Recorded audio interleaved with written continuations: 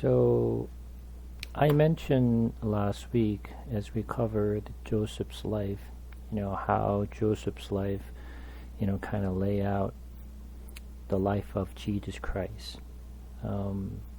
What this really means. So it's not about Jacob's life. It's not about Judah's life. It's not about Joseph's life.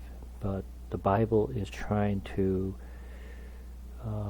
describe, what Jesus will do, who he is, and how he will save us throughout the, his good intentions and his goodwill.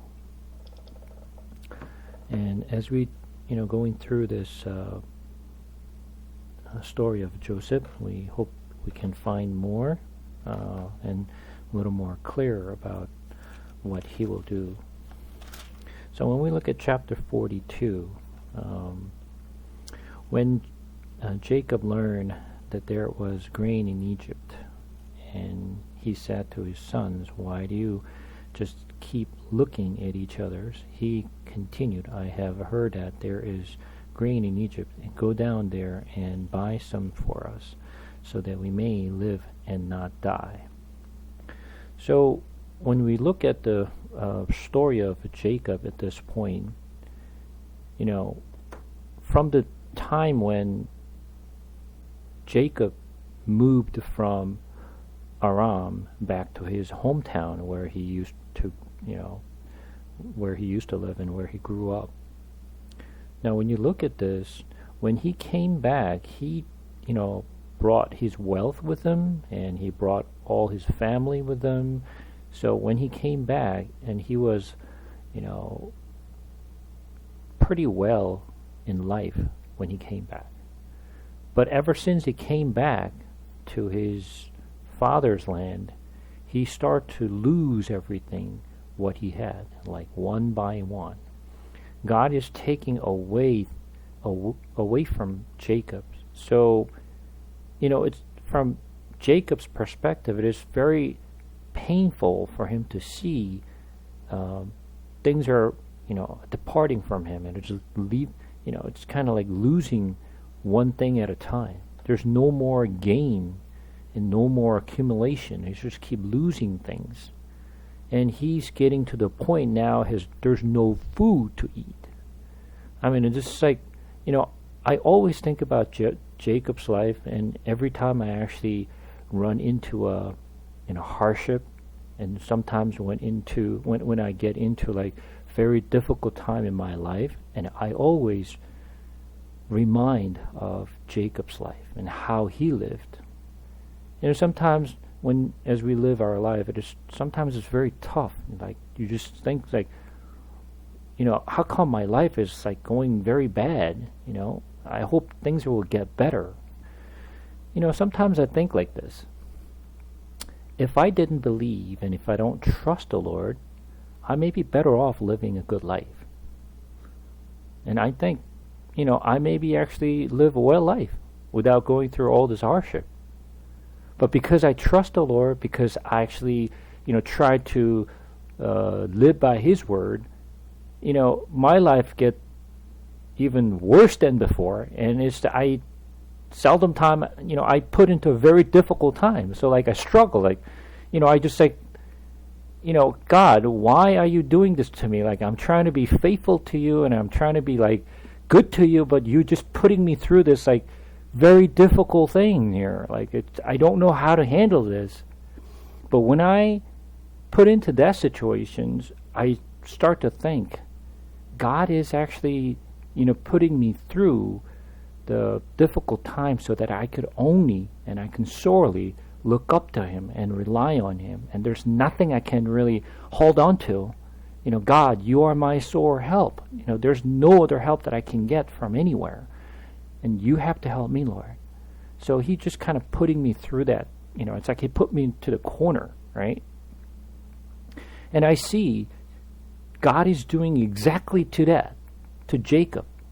I mean, it's just very difficult. He lost everything. Now he doesn't have anything to eat. I mean, what else? Is there anything else that I can lose at this point? Like, I got nothing now, And now he's just getting into a trouble with his sons, and they say, like, there are a lot of sons, right? About 10 sons, right? Even after, no, actually it's 11 sons because now Judah came back. So when you think of it, there are sons and there's grandsons and daughters, and they're looking at each other and say, so what do we do now? And Jacob's getting really mad at his children and his grandchildren and say, like, listen, don't you see that we don't have any food left here? I mean, don't you have to do something? So he's getting to that point, like he's just got like fed up with situations. Like, you got to do something now. Go find the food. I heard there's a food in Egypt, and you guys should go and find the food. So he's very frustrated. I'll be frustrated. If I'm in his shoes. Not only frustrated, I don't know what I will do if I were in his shoes. So he's just like mad at his own children. So then 10 of Joseph's brother went down to buy grain from Egypt. Now they're going. So they didn't do anything. Now after Jacob told them, go and find something, now they're going. But Jacob did not send Benjamin. Wow, that's another favoritism. Okay, why he didn't send Benjamin? It's very obvious, right? What's the reason? What is the obvious reason that he did not send Benjamin? That's because Benjamin is only son from Rachel, right? Jacob truly loved Rachel. And after he lost Joseph, Rachel only had 2 sons, Joseph and Benjamin. Now, from his perspective, from Jacob's perspective, Joseph's dead. So he only has Benjamin. So he cannot lose. This is one and only things that he has. This is one last thing that he's holding on to. He doesn't know what he will do if he loses Benjamin. So he would not let Benjamin to go anywhere. It's just keeping him protections and don't go anywhere, and you'll be in my guard, and you're not going anywhere. I'm not going to let anybody to harm you or anything happen to your life. So if anything happens to you, like, I might die here. So that's the kind of like desperation. So he just want to just one last things that he has in his life. So from that perspective, the rest of the 10 sons is like whatever, right? It's like whatever, whether you go die or like, it's okay. And then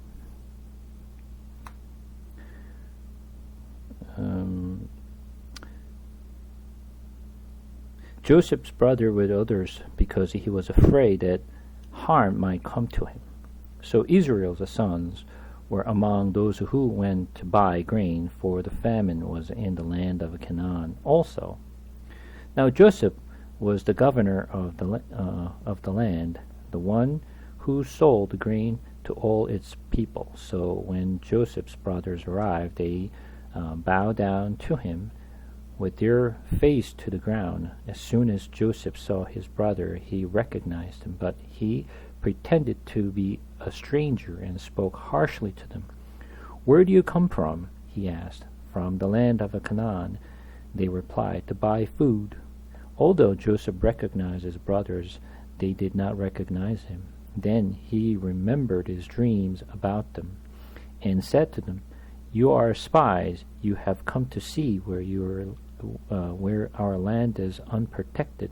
"No, my lord," they answered. "Your servant have come to buy food. We are all the sons of one man. Our servants are honest men and not spies." "No," he said to them, "you have come to see where our land is unprotected." But they replied, "Your servant were 12 brothers, the sons of one man, who live in the land of Canaan, and youngest is now with our father, and one is no more." Joseph said to them, "It is just as I told you, you're spies, and this is how will be tested. As surely as the Pharaoh lives, you will not leave this place unless your youngest brother come here. Send one of your number to get your brothers. The rest of you will be kept in prison, so that your words may not be tested to see if you are telling the truth. If you are not, then as surely as Pharaoh lives, you are spies. And he put them in custody for 3 days. On the third day, Joseph said to them, "Do this, and you will live. For I fear God. If you are honest men, let one of your brothers stay here in prison, while the rest of you go and take grain back for your starving household. But you must bring your youngest brother to me, so that your words may be verified, and that you may not die." This have proceeded to do. They said to one another, "Surely we are being punished because of our brother. We saw how distressed he was when he pleaded with us for his life, but we would not listen.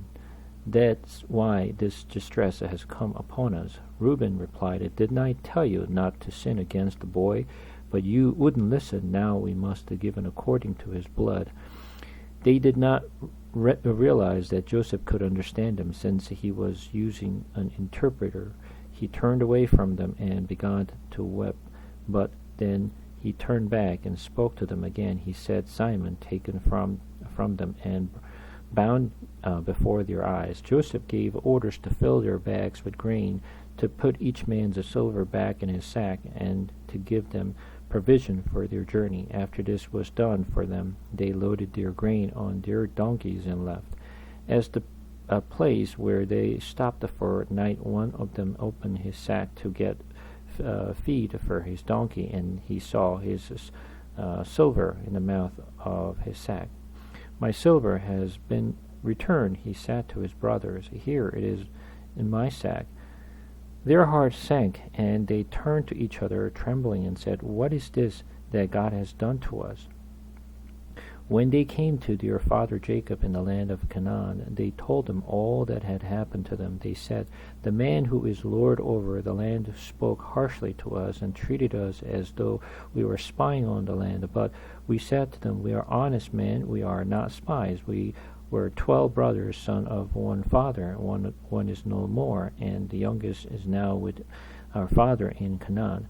Then the man who is Lord over the land said to us, 'This is how I will know whether you are honest men. Leave one of your brothers here with me, and take food for your starving household, and go, but bring your youngest brother to me, so I will know that you are not spies, but honest men. Then I will give your brothers back to you, and you can trade in the land.' As they were emptying their sacks, each man's sack was in his pouch of silver. When they and their father saw the money pouch, they were frightened. Their father Jacob said to them, 'You have deprived me of my children. Joseph is no more, and Simon is no more, and now you want to take Benjamin. Everything is against me.' Then Reuben said to his father, 'You may put both of my sons to death if I do not bring him back to you. Entrust him to my care, and I will bring him back.' But Jacob said, 'My son will not go down there with you. His brother is dead, and he is the only one left.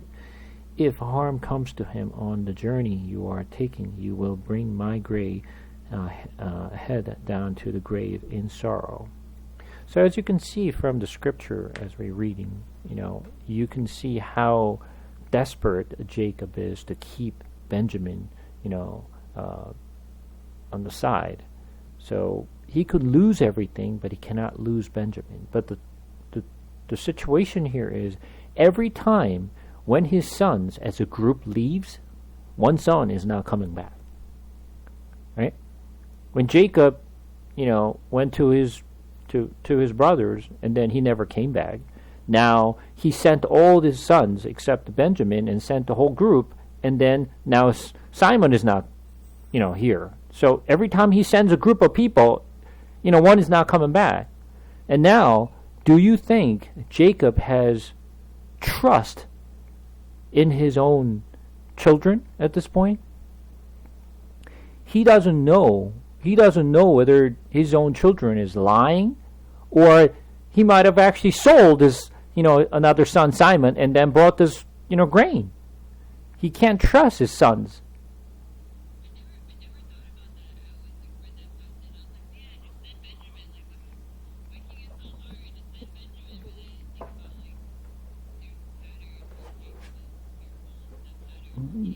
Yeah, so every time he sends his son, one son is not coming back. So Benjamin is one last things that he's holding on to. That's the last things. If I lose Benjamin, forget it. I'm going to die. I have no hope in my life. I don't want to live here. In that situation, he was very desperate. He didn't want to let it go, right? But now watch what God is doing. I mean, Jacob is saying, like, Lord, you took away from me everything what I have. Benjamin is one last thing I have. And surely God is taking him away from him. Like emptying out. He got nothing left now. Right? So, he doesn't want to send Benjamin. But now, think about it. When their sons coming back from Egypt, right? Of course, they actually pay the money for the food. But when when they came back, Joseph put all this, the gold or whatever, the treasure that they brought, and then they put it back in. And on the way, they found their old monies in the sack. Why didn't they go back and return the money?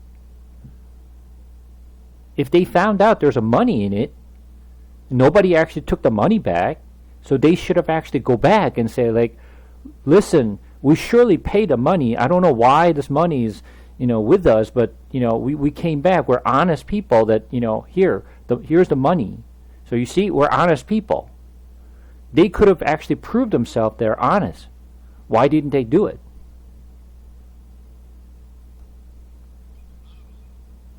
Because they're not honest?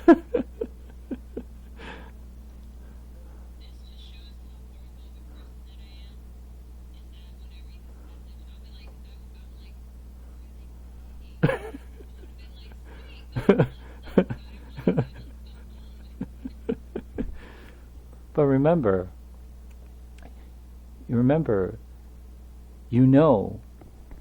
eventually you have to come back again. Right? Because there's no food. Because famine is severe. That, doesn't matter how much food you bring from Egypt, eventually you're going to consume all the food that you bring, and you have to go back. Now, what are you going to say when you go back? Now, will they actually trust you that actually you didn't take the money with you? And then when you try to come back and say, well, by the way, here's the money. And how come you didn't come when you found this out? You should have come, if you're really honest.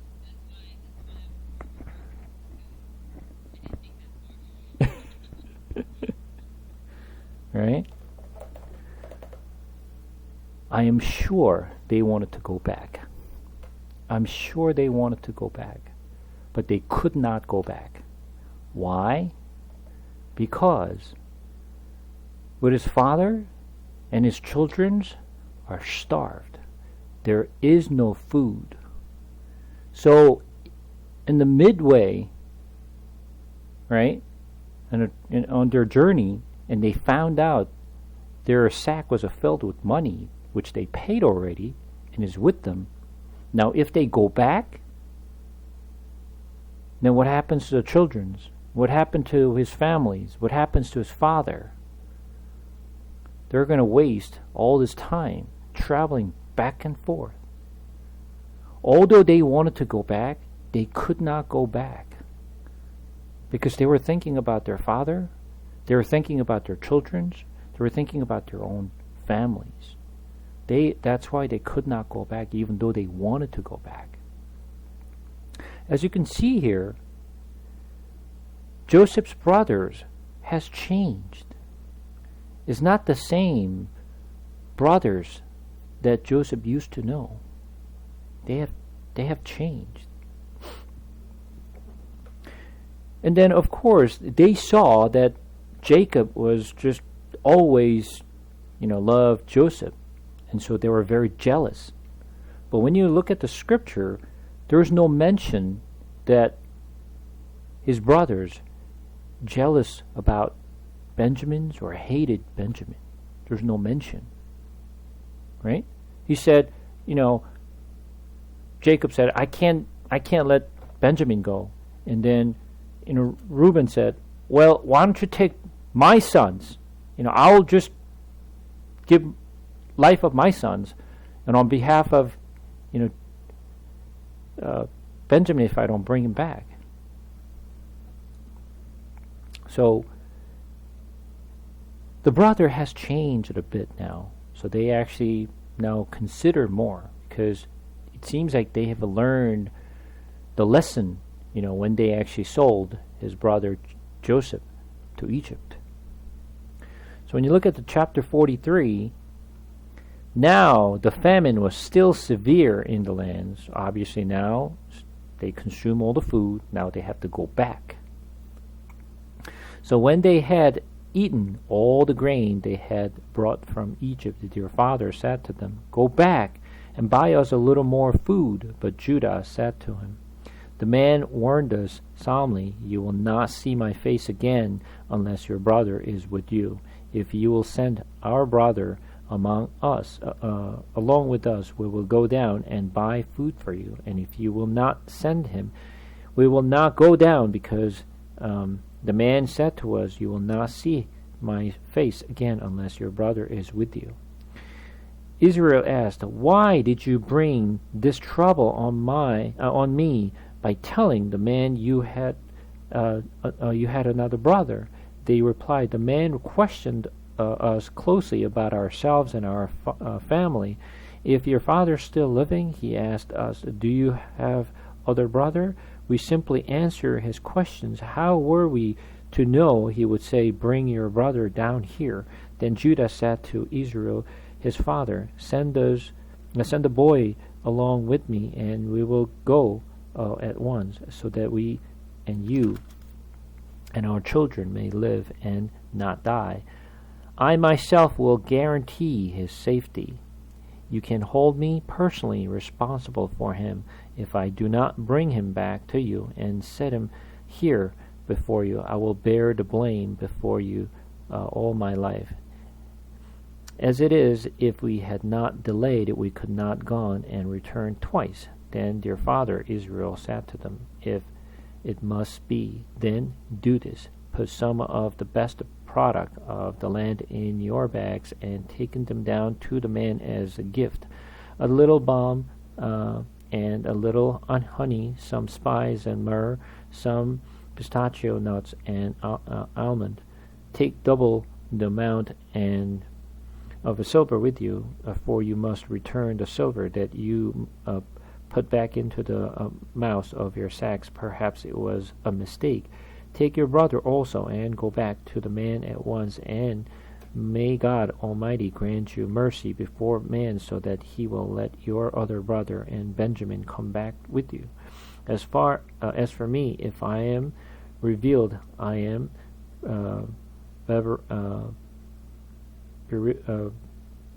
bereaved.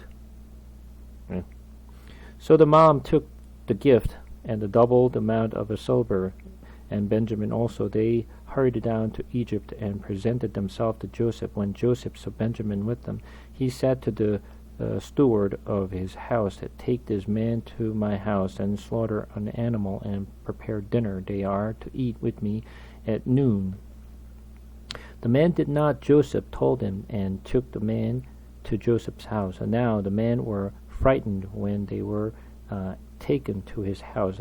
They thought, we were brought here because of the silver that was put back into our sack the first time. He wants to attack us and overpower us and seize us as a slave and take our donkeys.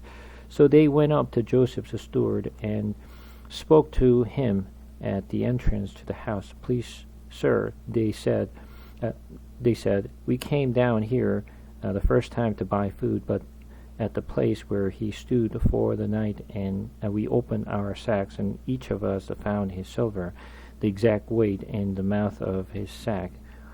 So we have brought it back to us. We have also brought additional silver with us to buy food. We don't know who put our silver in our sacks. It's all right, he said. Don't be afraid. Your God, the God of your father, has given your treasure in your sacks. I receive your silver. Then he brought Simon but out to them. The steward took the man into Joseph's house and gave them water to wash their feet and provided a fodder for their donkeys. They prepared their gift for Joseph's arrival at noon because they had heard that they were to eat there. When Joseph came home, they presented to him the gift that they had brought into the house, and they bowed down before him to the ground. He asked them how they were, and he said, "How is your aged father you told me about? Is he still living?" They replied, "Your servant, our father, is still alive and well." And they bowed low to pay him honor. As he looked about and saw his brother Benjamin, his own mother's son, he asked, "Is this your youngest brother that the ones you told me about?" And he said, "God is precious to you, my son." Deeply moved at the sight of his brother, Joseph hurried out and looked for a place to weep. He went into his private room and wept there. After he had washed his face, he came out and, controlling himself, said, "Serve the food." They served him by himself, the brothers by themselves, and the Egyptians who ate with them by themselves, because the Egyptians could not eat with Hebrews, for that day is detestable to Egyptians. The men had been seated before him in the order of their ages, from the firstborn to the youngest, and they looked at each other in astonishment. When portions were served to them from Joseph's table, Benjamin's portion was 5 times as much as anyone else, so they feasted and drank freely with him. Now, the question is, why is Joseph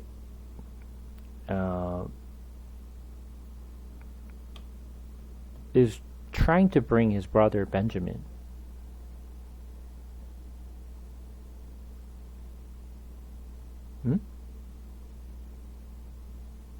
Why is Joseph is trying to bring Benjamin?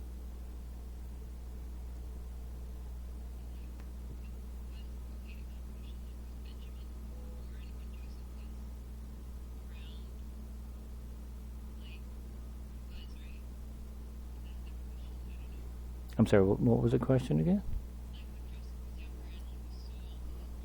Mm-hmm. Yeah, he was around.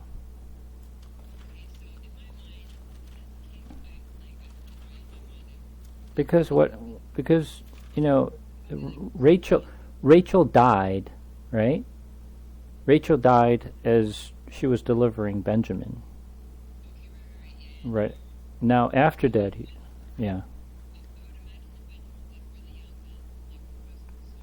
correct.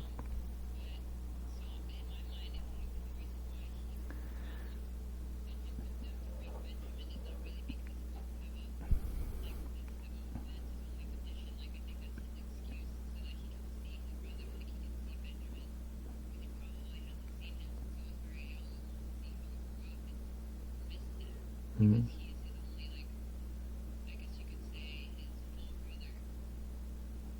Mm-hmm.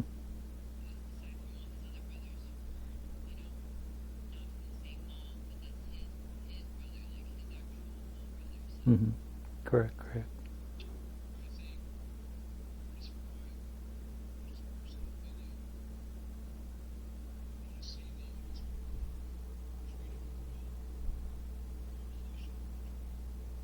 Mm-hmm.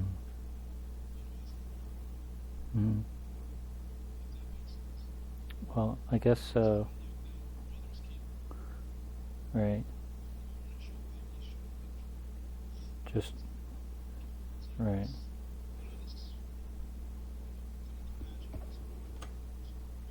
Mm-hmm. Yeah. Yeah, true, true. Yeah. So, from Joseph's perspective, right? He was sold as a slave when he was 17 years old, and his brother Benjamin was very young at the time. And then, since then, now he is, how old is he now?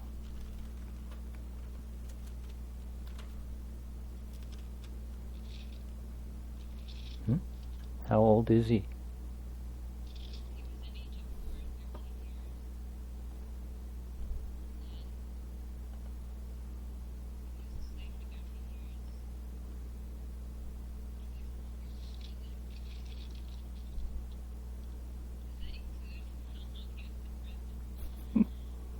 Well, we don't know how long he was, he was there in prison, or how long he was uh, lived in, you know, the officials, the officers in the house.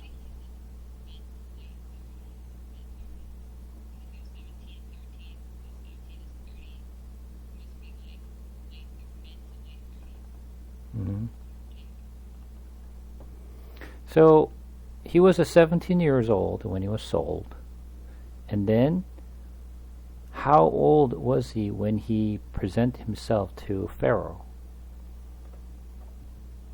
How old was he when he presented himself to the Pharaoh? When you look at chapter 41, verse 46, how old was he?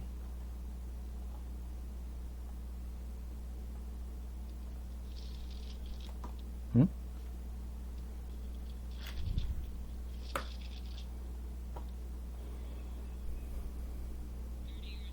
Right. He was 30 years old when he saw Pharaoh, right? And now, did the prosper years had passed, or still in the prosper years?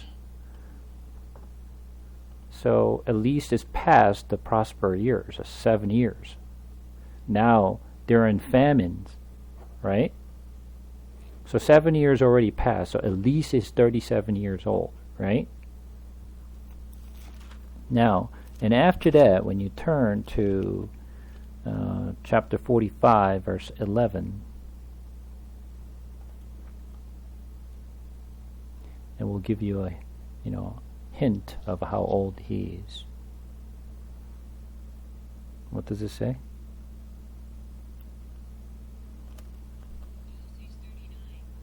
He's 39 years old. It's 2 years into famine. So 7 years had passed, and 2 years into famines, right? So he saw the Pharaoh when he was 30, and 7 years of prosperous years, and 2 years of famine. So he's now 39 years old. So imagine how long had passed since he left his father's house.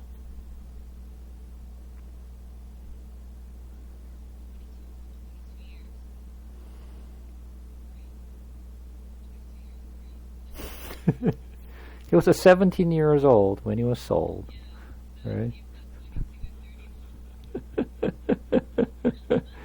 So he lived in Egypt longer than he lived in his father's land, right?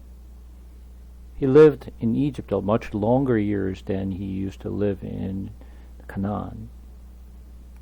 Now, so about 20 somewhat years had passed.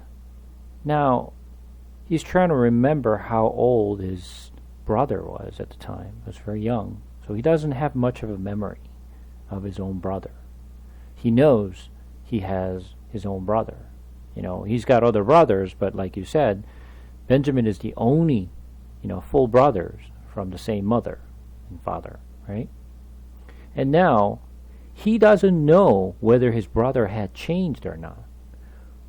His memory stopped when he was sold, when he was at 17. So he's in his memory, what he thinks of his own brothers are like what?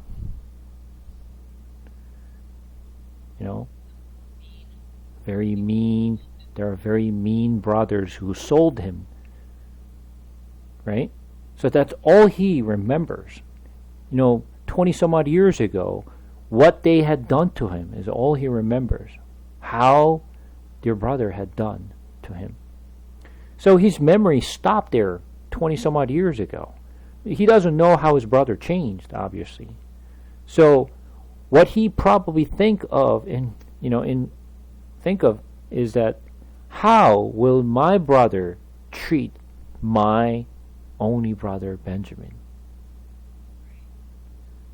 Most likely, they would not probably treat him well. So me, as a brother, as the keeper of my brother, I need to protect my own brother from all these mean brothers, the rest of the brothers. I'm going to protect you. I'll be your guardian. Bring him. I want to just separate my brother from these mean brothers I have. So he wanted to bring him to keep it close, right? That's why I wanted to see him. And he was, like I said, he was only full brother. So as you can see here, he's been desperate about his father, and he's been desperate about his brother Benjamin. So after he laid everyone at the table, and he just set everyone by the order of their age, and then when they brought out the food, how much of food did he present it to Benjamin? 5 times more. Like, what does it really show you? He's love for his own brother. Like, I don't care about you. You just go and eat. But like, Benjamin, my brother, eat well. 5 times over. Like, So you can see how much he loves. Right? Now,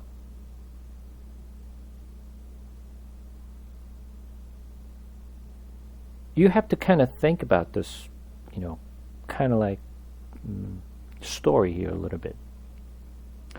Joseph has other brothers, and Joseph has another brother, the younger brother. Now his other brother sold him as a slave. And now he wants to protect his younger brother. When you look at the scripture, when you look at the Bible, Jesus Christ is the firstborn son. Okay? He's the firstborn. And there is brother. Who is the brother?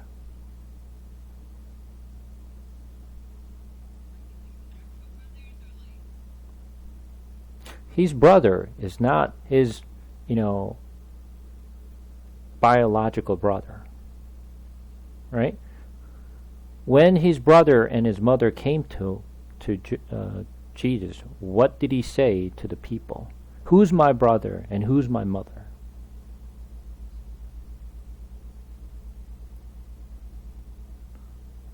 Whoever does the will of my Father, there are my brothers and they're my mother. So he was not talking about biological brothers he was talking about. He was talking about his brothers. Right? Benjamin is his younger son. Other brothers are older brothers. So, as I mentioned,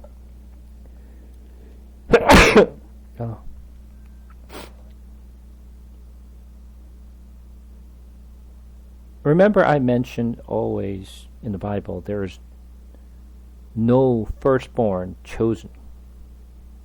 Always they discarded the first son. They're always the seconds or the latter ones. The brothers, which is the older brother who sold Joseph as a slave, is referencing Israel.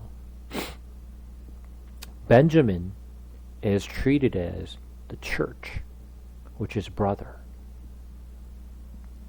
So he loved the Benjamin more than his own brothers. He still loved his brother, not as much as his younger brother which is his full brother. The church to the Christ is those people. We are the brother of Jesus Christ, which he loved the most. And then continue on, chapter 44. This is why, when you look at the chapter 43, when Jacob did not want to send his, youngest son Benjamin, who came up and said, I will make sure that I will bring him back? Judah. Judah is the one who sold Jesus. Yeah? Judah is the one who sold Jesus. Judah is the one who sold Joseph. Right? So it's the same. So chapter 44, now Joseph gave these instructions to the steward of his house. Fill the man's sack with as much food as they can carry, and put each man's silver in the mouth of his sack. Then put my cup and silver one in the mouth of the youngest one's sack, along with the silver for his grain. And he did as Joseph said. As morning dawned, the men were sent on their way in their donkeys. They had not gone far from the city. Then Joseph said to his steward, Go after these men at once, and when you catch up with them, say to them, Why have you repaid good with evil? Isn't this the cup my master drank from and used for divinations? This is the wicked things you have done. When he caught up with them, he repeated these words to them. But they said to him, Why does my Lord say such things? Far be it from your servant to do anything like that. We even brought back to you from the land of Canaan the silver we found inside the mouth of our sack. So why would we steal silver or gold from your master's house? If any of your servants is found to have it, he will die, and the rest of us will become my Lord's slaves. Very well, then, he said, let it be as you say. Whoever is found to have it will become my slaves. The rest of you will be free from blame. Each of them quickly lowered his sack to the ground and opened it. Then the steward proceeded to search, beginning with the oldest and ending with the youngest. And the cup was found in Benjamin's sack. At this they tore their clothes, and they all loaded their donkeys and returned to the city. Joseph was still in the house when Judah and his brother came in, and they threw themselves to the ground before him. Joseph said to them, What is this you have done? Don't you know that a man like me can find things out by divinations? What can we say to my lord? Judah replied, What can we say? How can we prove our innocence? God has uncovered your servant's guilt. We are now my lord's slave, we ourselves, and the one who was found to have the cup. But Joseph said, Far be it from me to do such a thing. Only the man who was found to have the cup will become my slave. The rest of you go back to your fathers in peace. Then Judah went up to him and said, Please, my lord, let your servant speak a word of my lord. Do not be angry with your servant, though you are equal to Pharaoh himself. My lord asked his servant, Do you have a father or a brother? And we answer, We have aged father, and there is a young son born to him in his old age. His brother is dead, and he is only one of his mother's sons left, and his father loves him. Then you said to your servant, Bring him down to me so I can see him for myself. And we said to my lord, My boy cannot leave his father. If he leaves him, his father will die.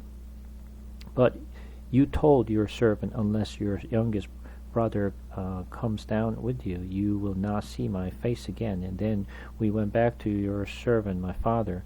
We told him what my lord had said. Then our father said, Go back and buy a little more food. But we said, We cannot go down. Only if if our youngest brother is with us, will we go.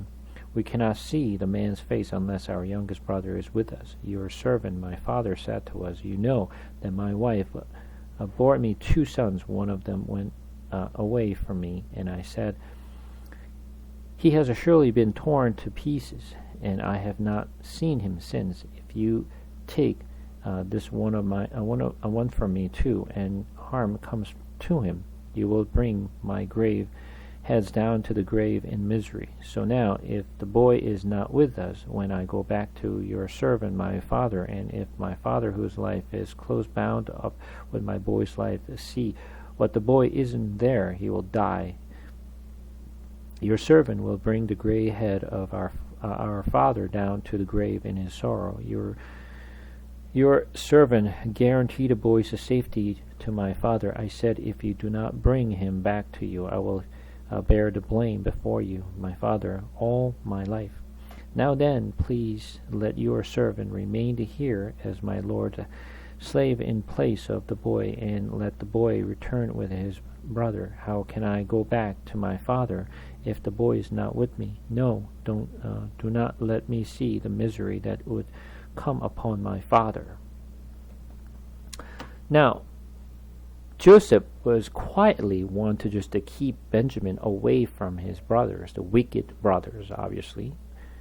So he just came up with ideas to just like put the silvers in his sack so that he can just only bring him and the rest of them and go back to his father. So he plotted out all this, and then everything was going well until he actually, everything went well. He found, the silver well where from Benjamin's sack, but they all came back. So at that point, Joseph was probably puzzled at the time. Why? Because he thought, most likely, because he only remembers his brothers, when he was 17 years old, and when they when his old brothers had done wrong things to him, from his perspective, he thought that all his brothers would be happy to let him go back to Egypt, and then be happy to go back to his father, because this is, the boy who we hated, now he's, going back as a slavery, so now that's good, so let's go on our life. So he thought that they will go back like that, but they all came back, and they bowed down before Joseph and say, if you take my brothers away from us, not only our father is going to go, to the grave, but also we cannot bear this pain, that we cannot watch our fathers, bearing this pain anymore. And now, remember, Judah had experienced all this when he left his father. Remember, he lost his sons, right? And now he lost his wife, and he learned the lessons. It's more of a living lessons. He experienced what his father had gone through. Now he knows how his father feels about losing Benjamin. So he could not let that happen. So he was saying take my life. I'll be your servant, but let my brother go, so that our father could live. And when Joseph saw that, his brothers, and especially Judah, which is the one who sold Joseph, and he was truly touched and realized and learned that his brother is not the same wicked brothers that he knew back in, when he was a young boy. So chapter 45, then Joseph could no longer control himself before all his attendant, and he cried out, have everyone leave my presence. So there was no one with Joseph when he made himself known to his brother, and he wept so loudly that the Egyptians heard him. The Pharaoh's household heard about it. Joseph said to his brother, I am Joseph. Is my father still living? But his brothers were not able to answer him, because they were terrified at his presence. Then Joseph said to his brothers, come close to me. When they had done so, he said, I am your brother Joseph, the one you sold into Egypt.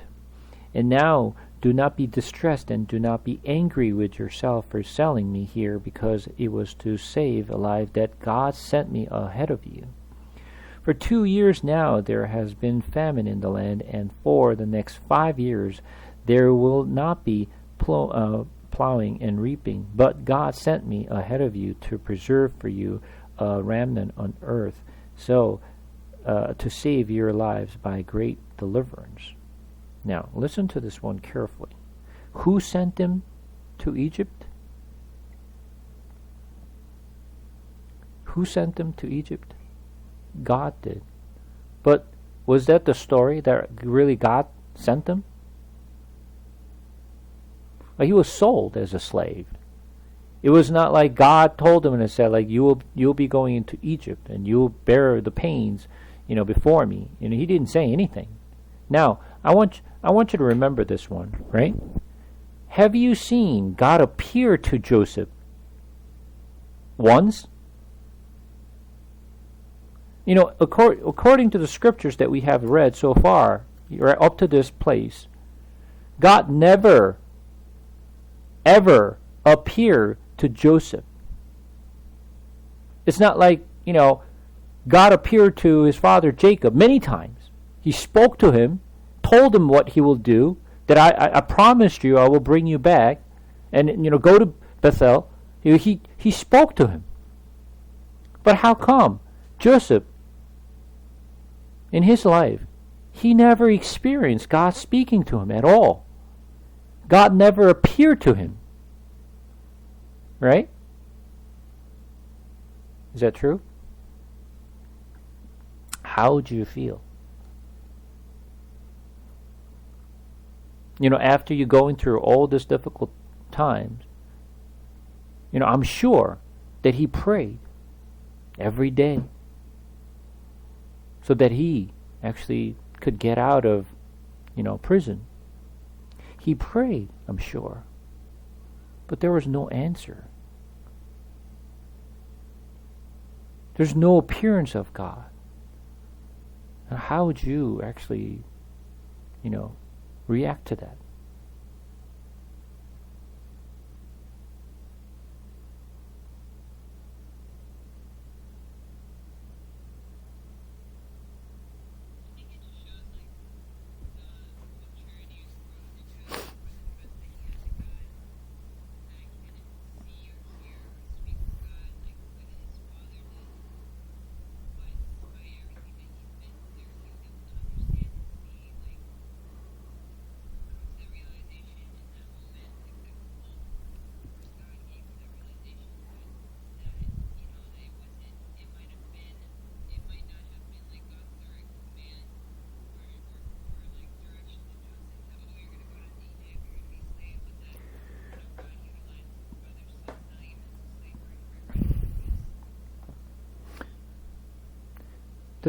The difference here is, for us, at least we have a Bible, right? Even though God does not speak to us, at least we can reference and we can just meditate God's word, and we take it in as if like, oh, God is just speaking through me, to me through the scripture, right?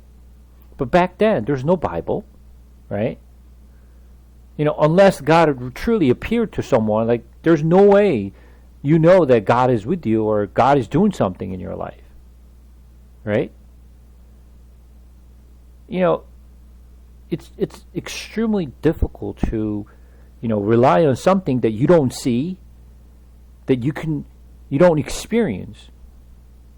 We know that God was with Joseph, because Scripture said so, but from his perspective, he doesn't know, right? But one thing that we know here is, although Joseph lived a hard life, of course he was living well until, when he became, 17 years old, because God, his father was always there for him and he protected him, he cared him well. But now, after 17 years, then he was sold as slavery, and then he, put into prison. So he lived as like prisoners and the servant for 13 years. God never appeared to him. God never spoke to him. To me, like, wow, that's a little harsh. You know, if you could just give us one word and at least to have a little more hope, and it's like, God, I am with you, or something like that, you know, at least in a dream or something like it. It's like, I'm with you. You know, I'll be a little more strengthened and I'll be more like encouraged and say like, yeah, God is with me. But there's nothing to hold on to. You don't know God is with you. But Joseph trusted the Lord, regardless of his situation, whether his life was in misery or whether he became, you know, the second in command. His situations, his surrounding did not change him at all. When he was a slave, when he was a prisoner, when he was a second in command, you see the consistency. He did not change at all. But what about us? We always change depending upon the day and how our life goes that week or that month, that year, right? Sometimes we have like strong faith, and other times like it's like our faith goes down the toilet. You know, it's extremely difficult for us to keep good faith. Although we want to keep good faith, we all do, but it's not easy. I want you to think about it from his perspective. You know, as I always been, you know, telling you that don't read as a reader. You need to put yourself in his shoes. And what would I do if I were in his shoes? How would I react to the situations? Would I be able to keep the good faith if God does not show himself to me? But to me, in my experience, a lot of time God does not show anything at all. It doesn't matter, you know, what I prayed, how long I prayed. God does not really show himself to me. Like, he's just like quiet.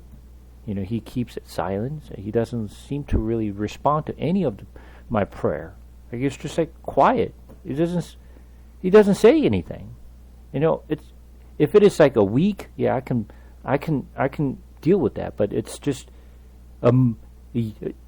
years and few years. It's just very difficult to keep our faith. The question is, how was he able to actually keep this faith? Is that because he was a strong man? Was because, like, you know, he's a very strong-willed man, or a strong faith? So are we learning that, we should be like Joseph, that we should just be consistent and we have to try very hard to be faithful? Or is that what we should do? No? What are we learning from this?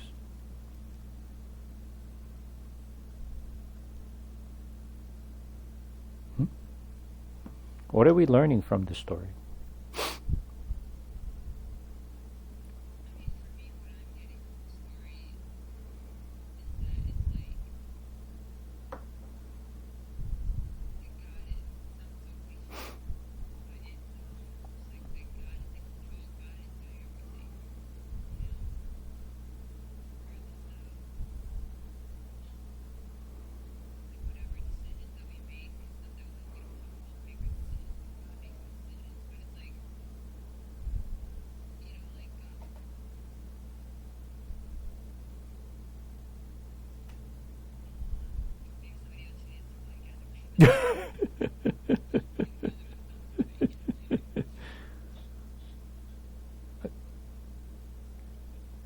Well, things to think about here is, you know, what is God is trying to teach us through this story?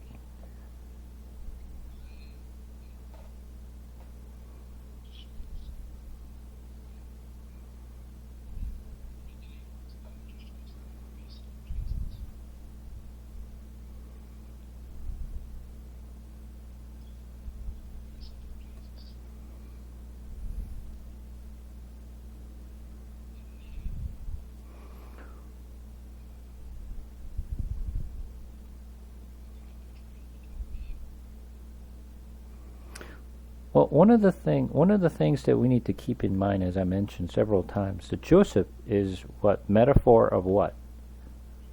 as Jesus, right? Consistent, right? He's been consistent. He hasn't really changed. The surroundings and the situation does not change him at all. No matter what situation he's in, he's been very, very consistent, right? How about Jesus? Was his faith like fluctuated depending upon the situation, depending upon the people around him, depending upon the surroundings? No, he didn't. He was very consistent with his faith, right? He was always consistent. And he knew that who sent him? His Father sent him. He knew from the beginning that his Father sent him, right? To do what? Father sent him to do what? To save people, right? Father sent him to save his people. So what did Joseph do here? God set me before you so that I can save you, right? So this is exactly the story of a Christ. It's not about, if you're learning and it's like, oh, we should be like Joseph. We have to be consistent and we have to be like, have to have a very strong faith. We should never be shaken by the situations. We have to always be encouraged. If that's what you're learning, you're reading it wrong. Joseph is nothing more than showing us how Jesus lived. It's not how we live. It's not, we should be like Jesus. No, we can never be like Jesus. How about us? What is our, true identity? Our identity is nothing. We're empty, and we're like dust of the ground. We can't do anything. So what do? We have to rely on Him. When you look at the people of God, you will not find the people who are very, have done some great things or have done, revolutionized some things, to build something really good.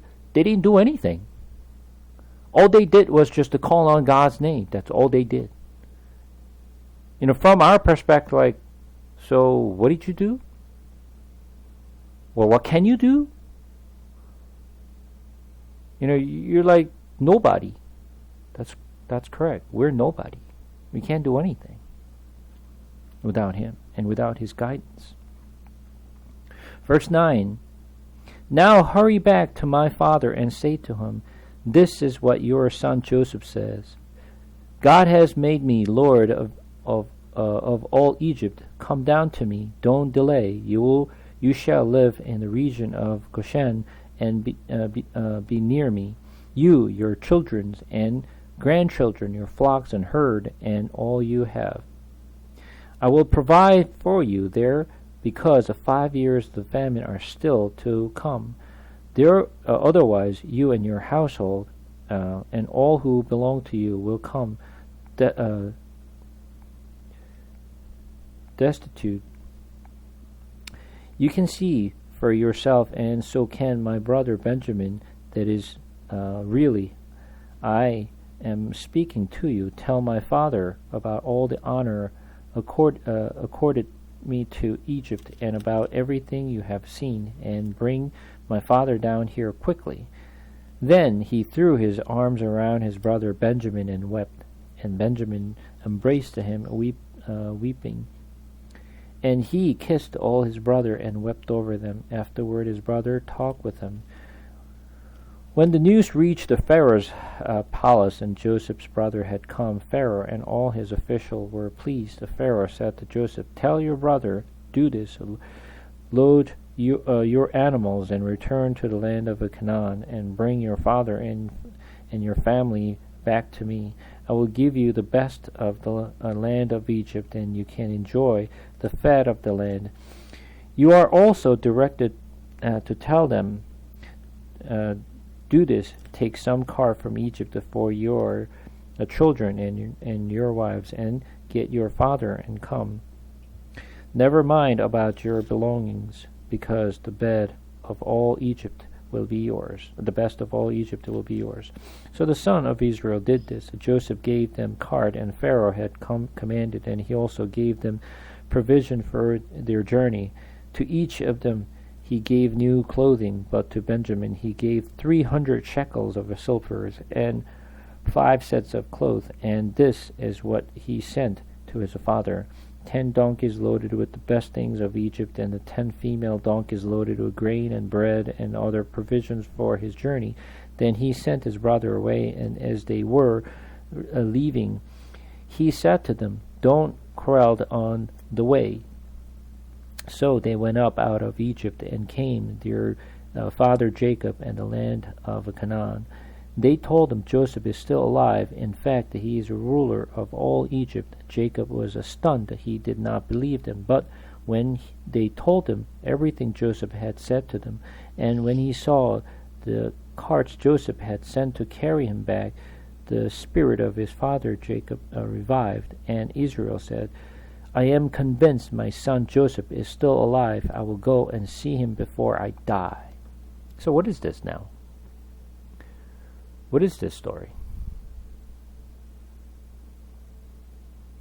From Jacob, Joseph was dead, but is now alive. So what is this story?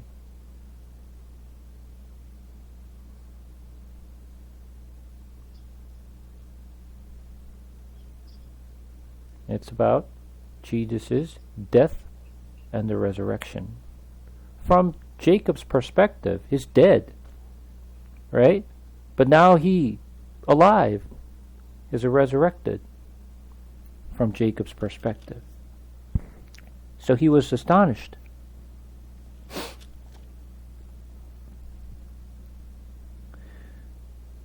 He was sold as a slave, but when he came back, how did he come back as? With the glory, with honors, with fame, right? Now when Jesus Christ comes back, how is he going to come?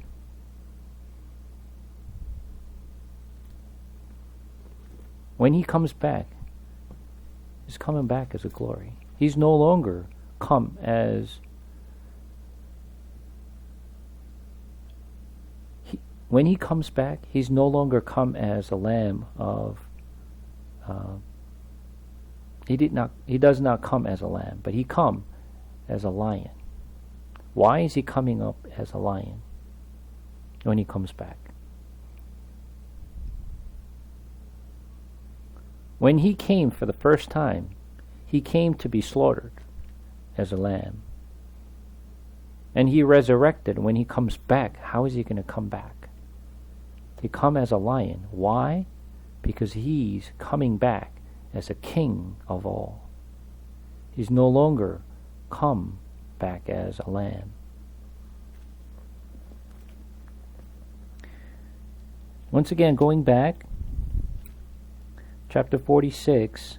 So Israel set out with all that was his. Now, let's think about it. Where was Jacob and his sons were living?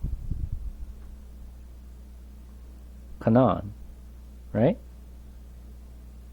Is that right? Now, where is Joseph living? Egypt. Now, I want you to think about it from the direction perspective. Joseph is living which side? From where Jacob is living.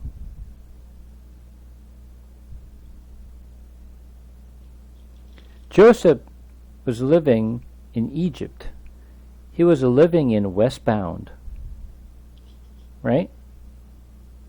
And then Canaan was on the eastbound. So they're coming from eastbound to westbound. Is that correct? Joseph is calling his father and his brothers from eastbound to westbound. You know, we learned the directions all the time. So it has been very consistent.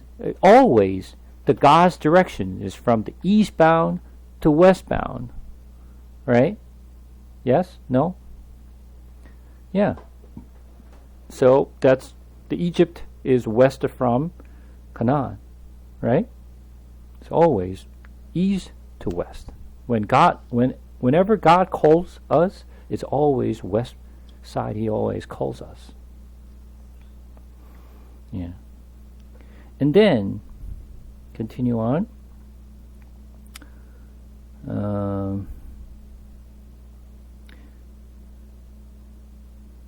Verse 2, and God spoke to Israel in a vision at night and said, Jacob, Jacob. Here I am, he replied. I am God and God of your father. He said, do not be afraid to go down to Egypt, for I will make you into a great nation there. I will go down to Egypt with you, and I will surely bring you back again. When Joseph's own hand will close your eyes. Now, kind of strange. Joseph, when he called his father and his brothers, Jacob was a little hesitant. Although he was very happy to hear that his son Joseph was alive, but he was a little hesitant to go to Egypt. So God appeared to him and said, go, don't worry, I'll take care of you, I will be with you, and I will bring you back here. Now, at this point, Joseph gave everything what he had. I mean, not Joseph, Jacob. Right? Now he had to let Benjamin go at last. Right? Why did he let it go? Why did he let him go to Egypt? He was owning things that he was holding on to. Why did he let him go then? He said, if you take Benjamin away from me, then I'll die, he said before. But he finally let him go. Why?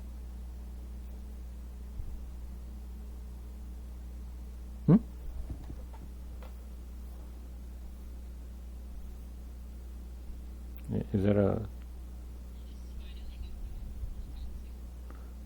finally he had to?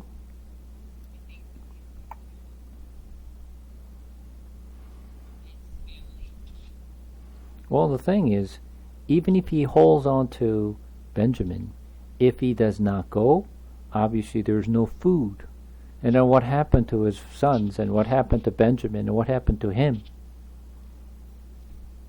Yeah, they all starved to die, right? So, he had no choice. He had to let him go, right? So, do you think he was happy to let him go? He was not happy to let him go. It was not his will to let him go. But situation was forced him to let him go.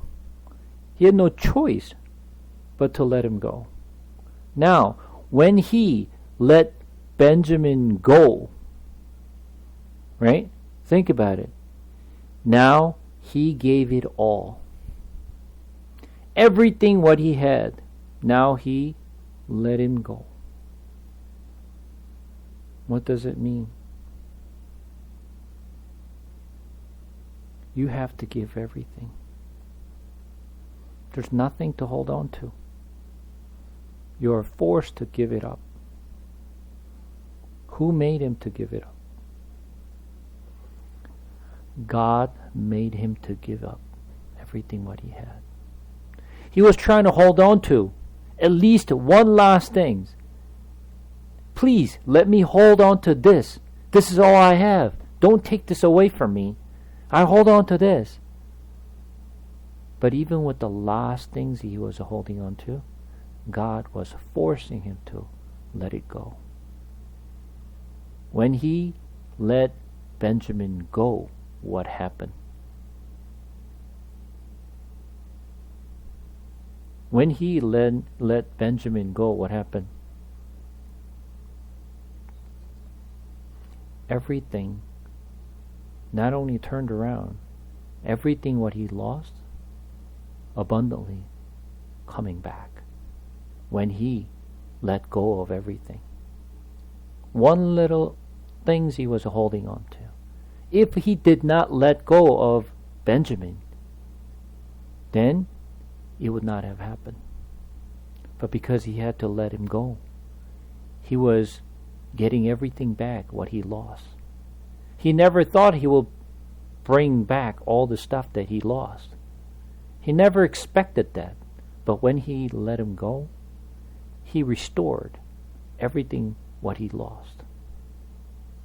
Not only he got Benjamin back, but he also found his loving son Joseph as well, abundantly. Right?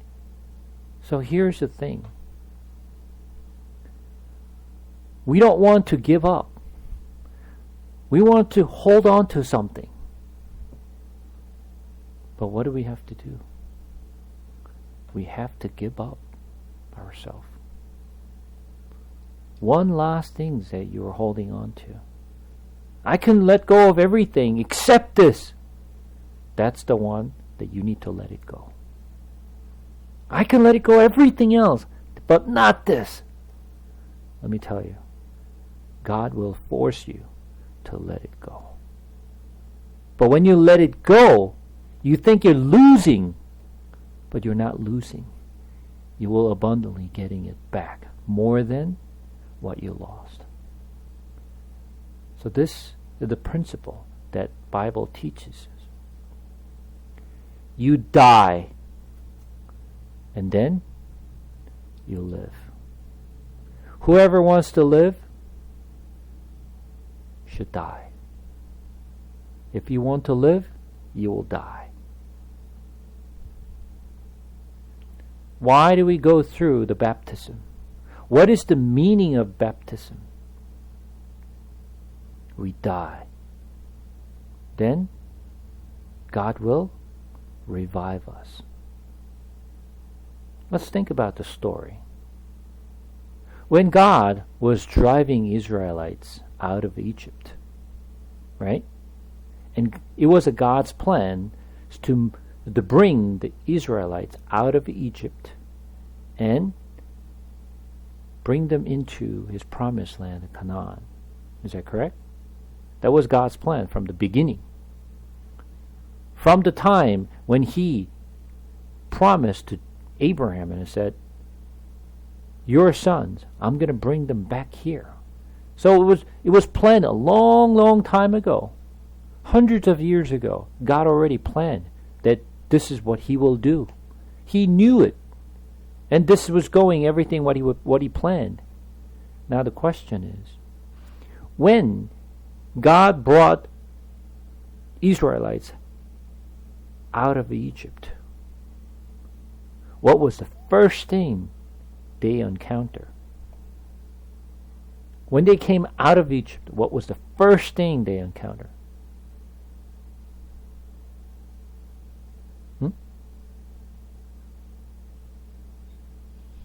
River?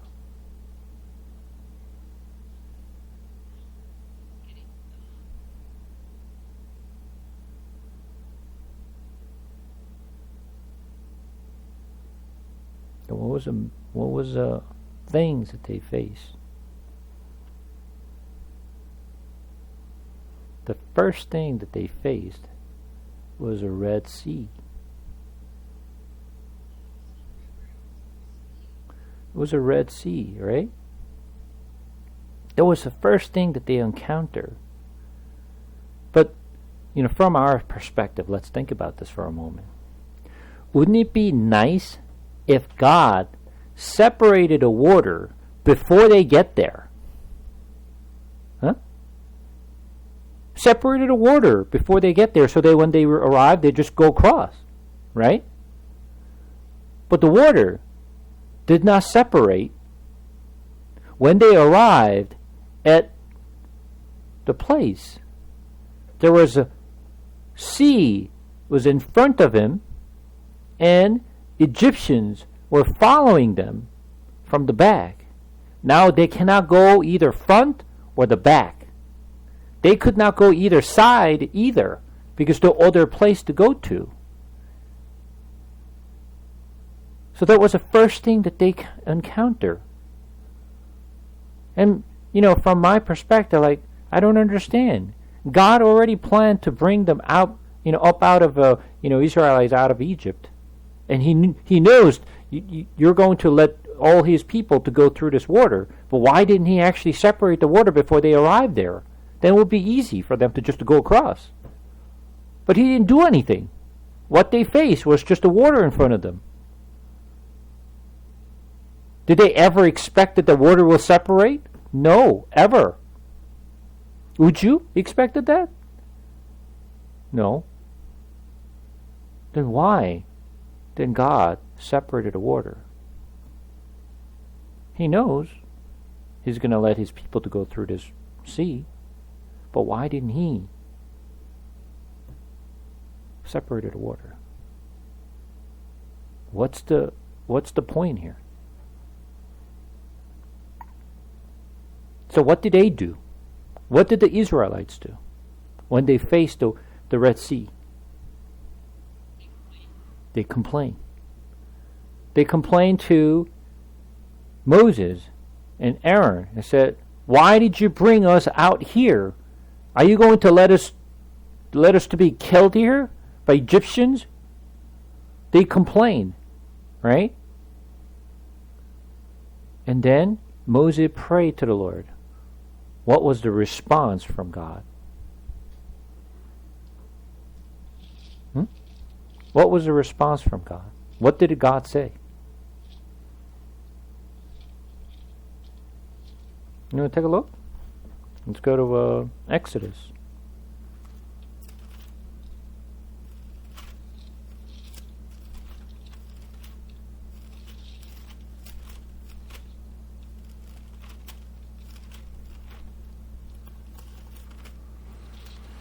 Chapter 14, right?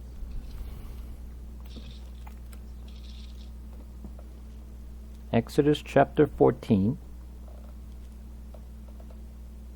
verse 15 and on.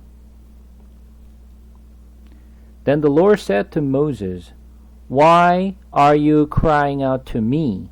Tell the Israelites to move on." Move on to where? Move on to where? What does that mean?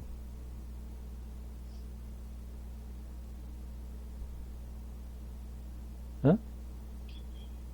Keep going to where?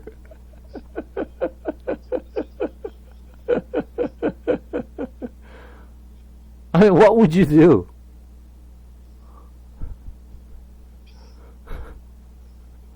And God said,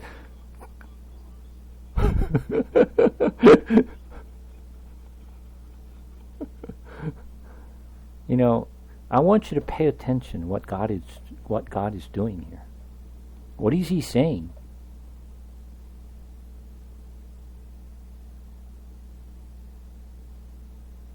Who's out there?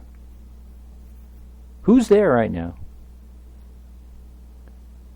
They're old men, old women, young men, right? Children's. I mean, what are you saying? And you can't say for the young men's and young women are very strong encouragers, and I can swim, and I can go I can do Iron Man, as I can go across the sea. Maybe just some people may say that. But what about the rest of the people? What does that mean? You go on. Go on where? What do you mean, go on? Are you crazy? So what is God saying? He's saying, jump into the water. So what does that mean by jumping to the water? What are you saying to me now? Die. That's what he's saying. Die. Jump into the water and die. So think about it. What God is saying. Go on. And then he go on, continue. Raise your staff and stretch our hand over the sea to divide the water so that the Israelites can go through the sea on the dry ground. I will harden the hearts of the Egyptians so that they will go in after them. I will gain glory through Pharaoh and all his army through his chariot and his horsemen. The Egyptians will know that I am the Lord when I gain glory through the Pharaoh, his chariot, and his horsemen. Then the angel of God, who had been traveling in front of Israel's army, withdrew and went behind them. The pillar of cloud also moved from in front and stood behind them, coming between the armies of Egypt and Israel throughout the night, and the cloud through the darkness to the one side and light to the other side, so neither went near on the other all night long. Then Moses stretched out his hand over the sea, and all that night the Lord drove the sea back from the strong east wind and turned into dry ground. The waters were divided. Now, God is telling Israelites to go on, move on. When they jump into the water, when they thought this is like, if you walk into this water, I'm going to die. This is the path to die. When you walk into the water to die, then what happened? That become a living path. Right? When you jump into the water, it's death. When you jump into the death, then water is separated, now living path open. Right? So they cross that Red Sea. What they thought was just crazy things, and you're jumping to water, I'm going to die, and then when they jump in, then path will open. But what about the Egyptians who were following them? When they're following, what happened to the water? No. When the Egyptians followed the Israelites, what happened to the water? Water was separated already. Right? That's why they went in to the path. They chased after Israelites. Right? If the water closed up, they would not follow them. But because the water was just separated and it made a wall between the two, and path was there, right? That's why they went through that dry ground. So water was already separated, not like Israel. When they arrived, the water was not separated. It was a death. So when they jump in, water separated. But when the Egyptian followed them, water was already separated and path was there. So for the Egyptians, for them is a living path. I can go cross this path. It's a separated road. It's a living path. I can go cross. But when they thought it was a living path, what happened? Water closed up, and that became a death. So it's a completely opposite, isn't it?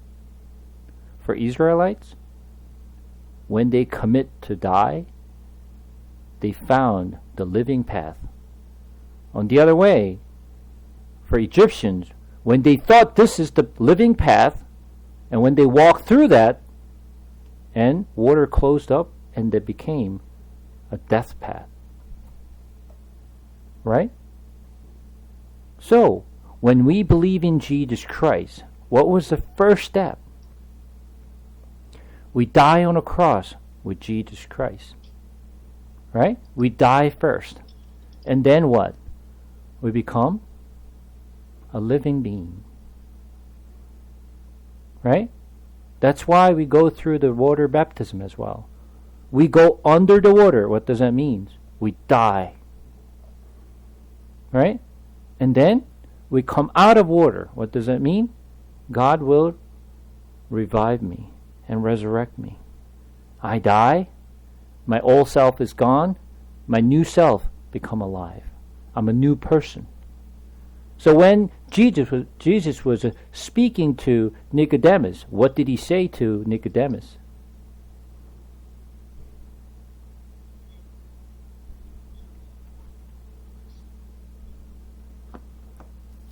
So what did he say? We can go John chapter 3. John chapter 3, verse 3 and on.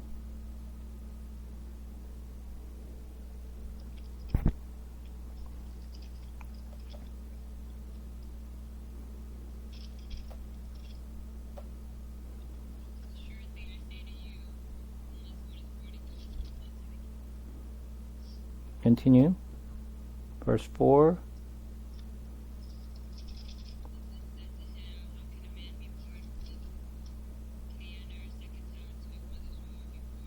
And Jesus answered, Most assuredly I say to you, unless one is born of water and the Spirit, he cannot enter the kingdom of God. That which is born of the flesh is flesh, and that which is born of the Spirit is spirit. so now our flesh has to die. Our flesh has to die. Right? So we have to be born again. Our old self has to die, and our new self has come alive. That is the principle of the Bible. You die. So Jesus Christ died first, and then he resurrected. Right? So for Christians and Christianity, it's about death and the resurrection. Death has to come first. Without death, there is no resurrection. So that is the principle of the Bible.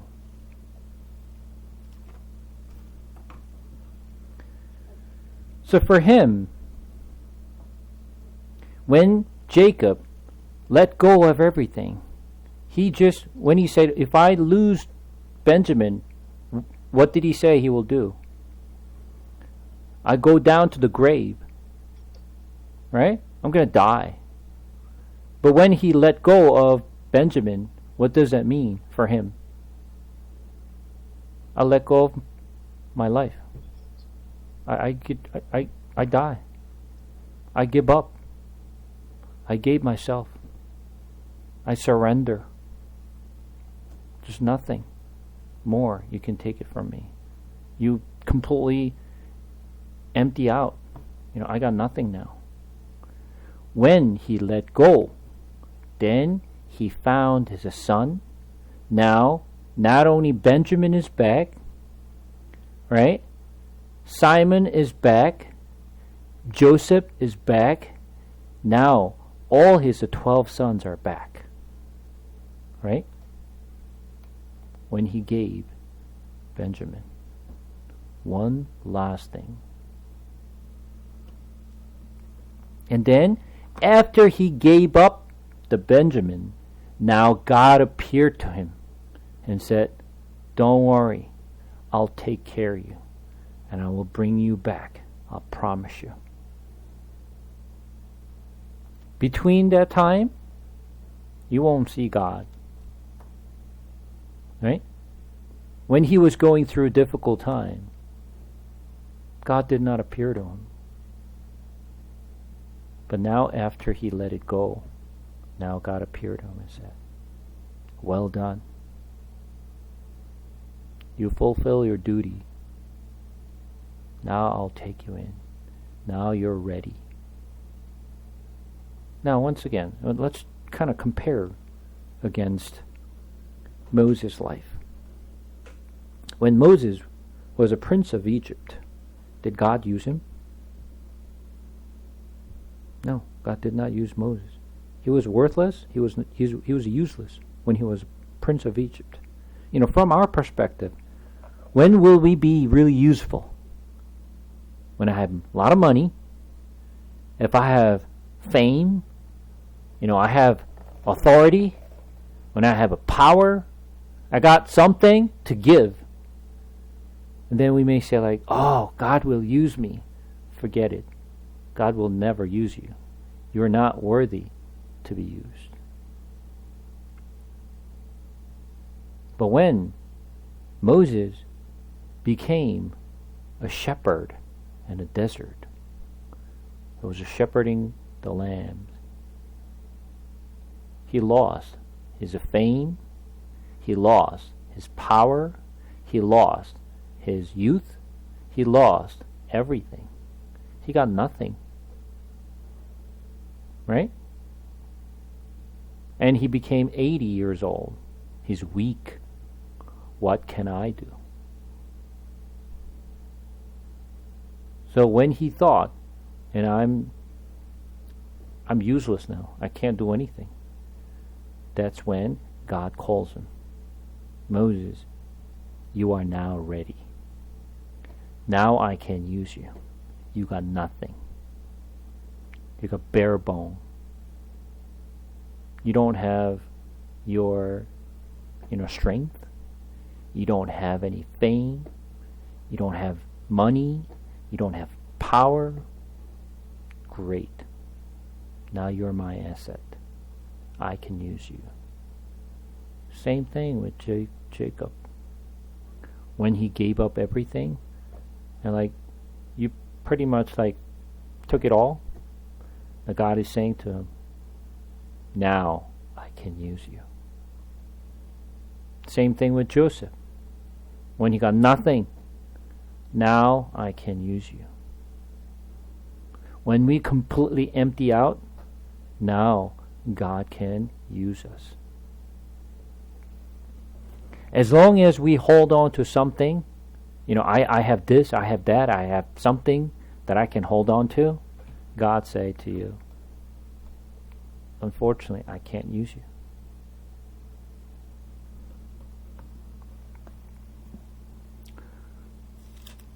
Continue on, verse 5 from chapter 46.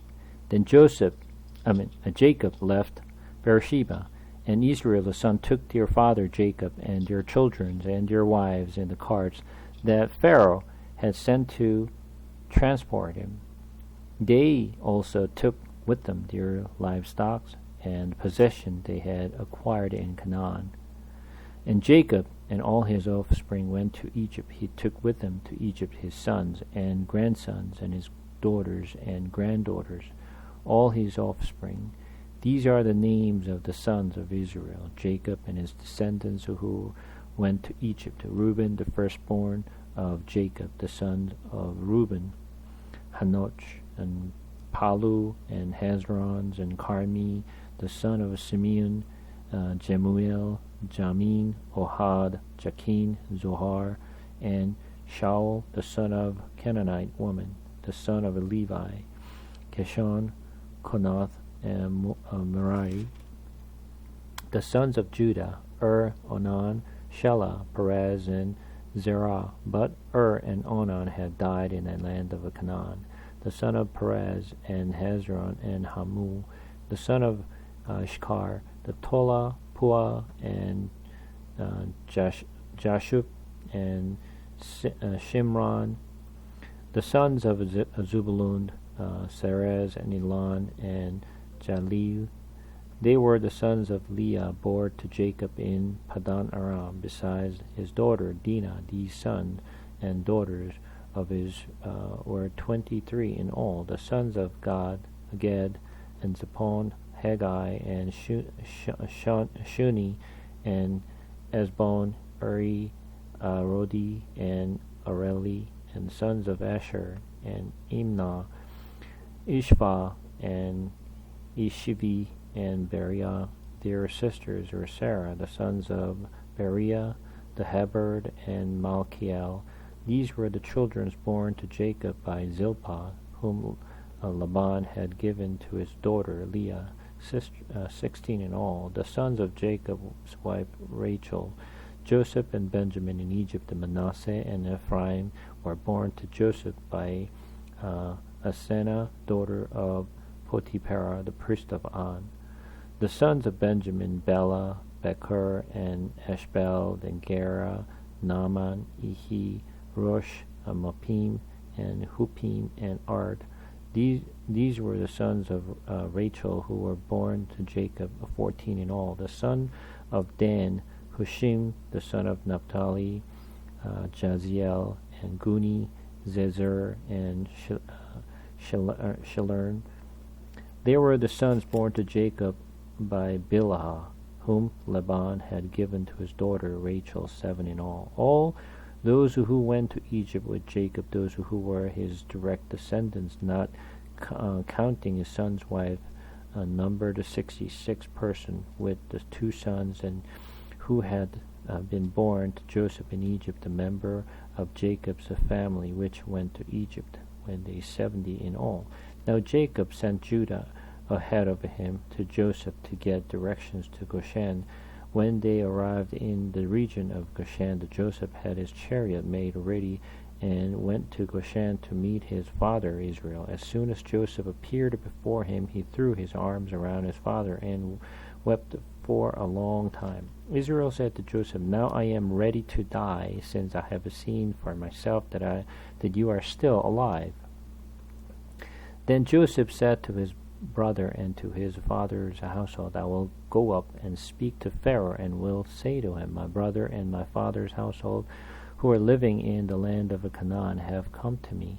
The men of are a shepherd; they tend livestock, and they have brought along their flocks and herds and everything they own. When Pharaoh calls you in and asks, 'What is your occupations?' you should answer, 'Your servant have attended livestock from our boyhood on, but as our father did, then you will be allowed to settle in the region of Goshen, for all shepherds are detestable to the Egyptians.' Joseph went to his Pharaoh, 'My father and brothers with their flocks and herd and everything they own have come from the land of Canaan and are now in Goshen.' He chose 5 of his brothers and presented them before Pharaoh. Pharaoh asked the brothers, 'What is your occupation?' 'Your servants are shepherds,' they replied to Pharaoh, 'just as our father were.' They also said to him, 'We have come to live here a while, because the famine is severe in Canaan, and your servant flocks have no pastures. So now please let your servants settle in Goshen.' Pharaoh said to Joseph, 'Your father and your brothers have come to you, and the land of Egypt is before you. Settle your father and your brother in the best part of the land, and let them live in Goshen. And if you know of any among them with special ability, put them in charge of my own livestock.' Then Joseph brought his father Jacob in and presented him before Pharaoh. After Jacob blessed Pharaoh, Pharaoh asked him, 'How old are you?' And Jacob said to Pharaoh, 'The year of my pilgrimage are the 130. My years have been few and difficult, and they do not equal the years of pilgrimage of my father.' Then Jacob blessed the Pharaoh and went out from his presence. So Joseph settled his father and his brothers in Egypt, and gave them property in the best part of the land, the district of Ramses. And Pharaoh directed Joseph also provided his father and his brother and all his father's household with food according to the number of their children. One thing we need to just to keep in mind from here is this. Now, as we have learned, Jacob, what does he have now?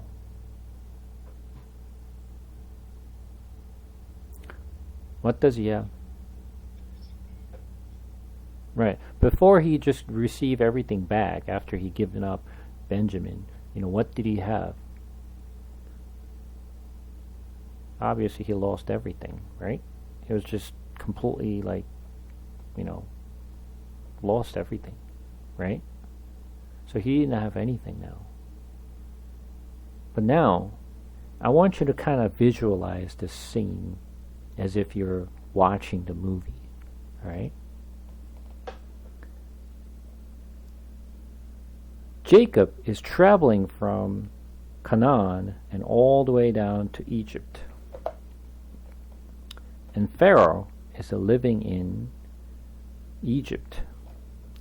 Pharaoh in Egypt is like not only king, but they treated Pharaoh like God. At the time, Egypt was the strongest country of all the surrounding, the countries. Egypt was the strongest countries. Like today's, United States, we have the strongest power of all, right? Just like United States back in those days, Egypt was the strongest country. That they got the best educations, they got the best, militaries, they got the best, the systems for everything what they do, and the abundant food. They're very civilized compared to other countries of all. So Egypt was just strongest country, and out of that Pharaoh was king of that country. And then people treated Pharaoh like God. And this old man who's traveling from Canaan all the way down to Egypt, God knows how long he's been traveling for all this time to come to Egypt. And now he walked in to the palace of Egypt.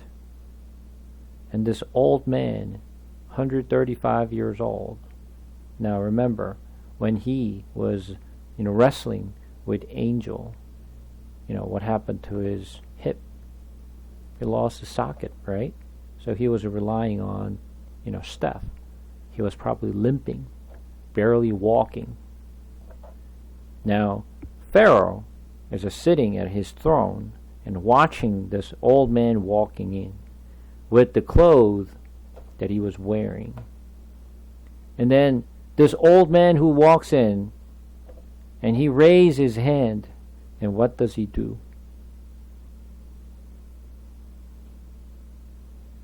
What does he do?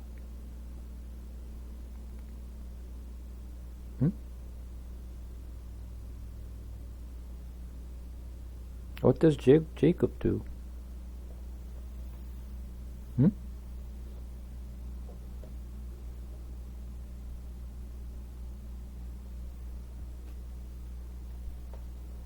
Look at the scripture. What does he do?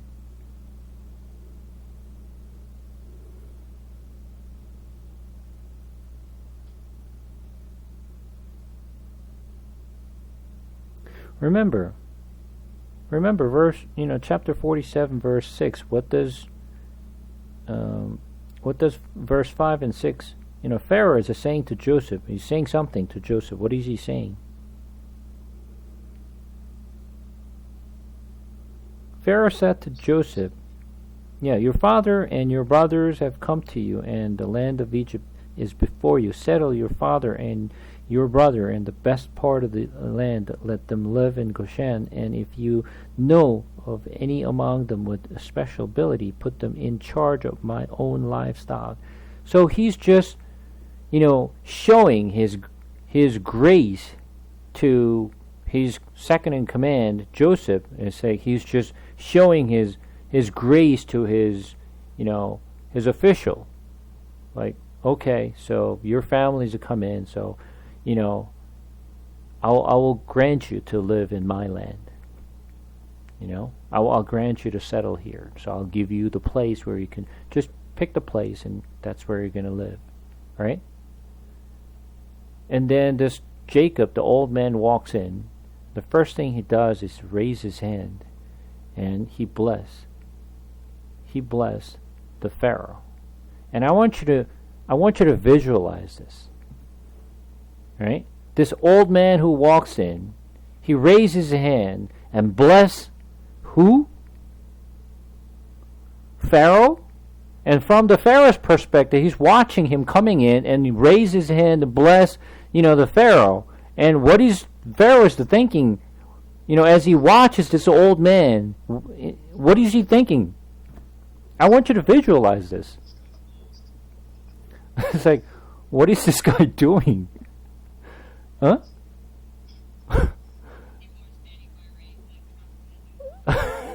It's like, what is this guy doing? What is this? The poor guy who walks in with this, with poverty, right? It's like, what is this guy doing? I mean, he didn't do it once. He did twice. Right? He did it twice. And I'm thinking, I'm sitting in a throne with the, all the precious things in his, around his neck and his, his wrist, and then all this, golden things, and I'm sitting in the, very lofty, thrones, and watching him down, looking down on him, he's probably over there, very far, it's like, where are you over there? It's like, what is this guy doing? Huh? And then I want you to remember this. I want you to take a look at this, all right? I want you to turn to Hebrew.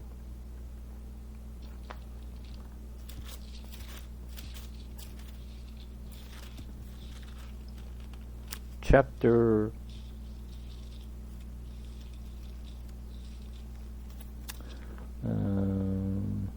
7. Hebrews chapter 7, verse 7. It says, "And without doubt, the lesser person is blessed by the greater." What is he saying? Lesser person is blessed by the greater. So who bless?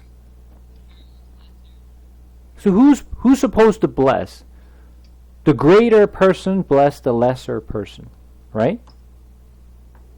So when Jacob is blessing Pharaoh, who has more?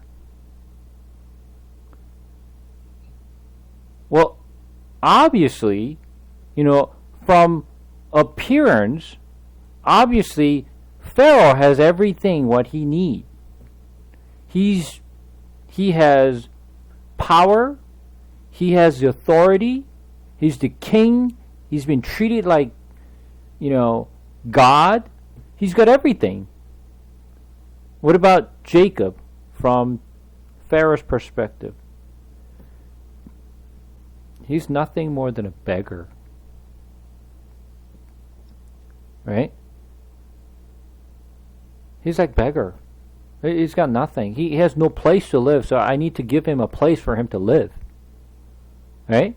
I have to show my grace to him and say, hey, you can live this place. I'll give you some land so you can settle in. You got nothing.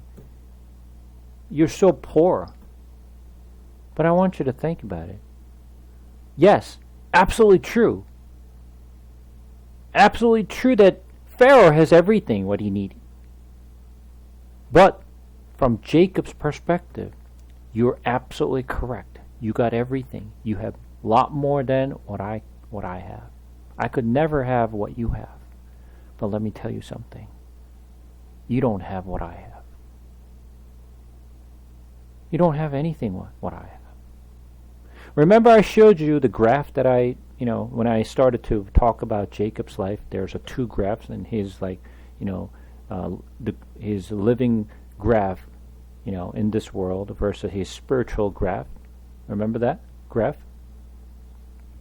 So, yes, Jacob lost everything what he had. He's got nothing now. He's just empty. But spiritually, he never stopped growing. He was so abundant spiritually. God blessed him so much spiritually, although he's got nothing left. Pharaoh had everything, but he's got nothing. Now, I want you to think about this. What does this world look for?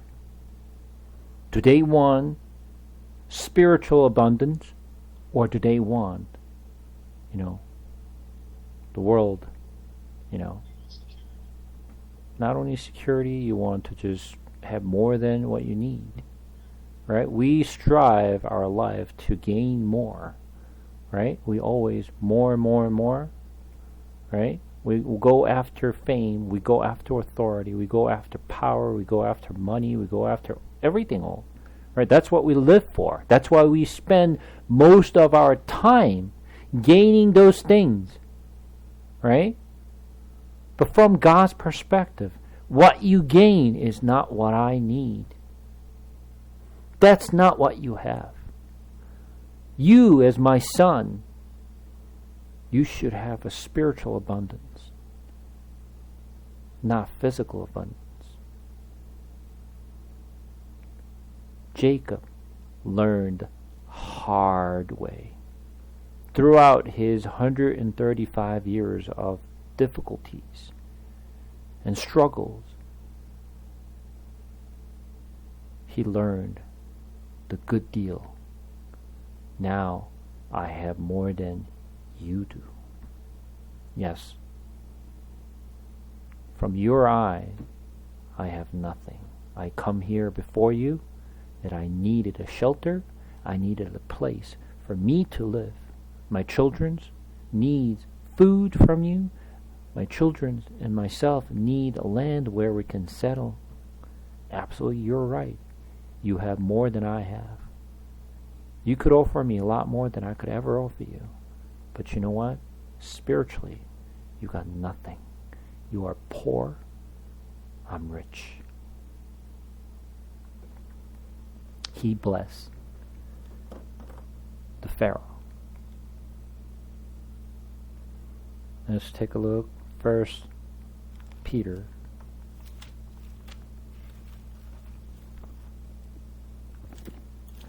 First Peter chapter 1.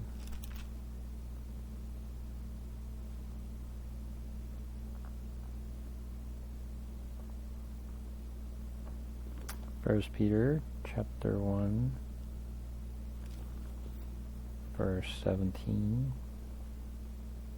It says, "Since you call on a Father who judges each man's work impartially, live your lives as a stranger here in reverent fear." So we lived in this place as what? Stranger in this place. When you travel around someplace, you stayed in a nice hotel. Okay?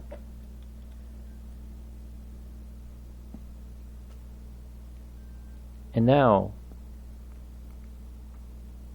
when you stayed outside your house for a while, what do you feel like it?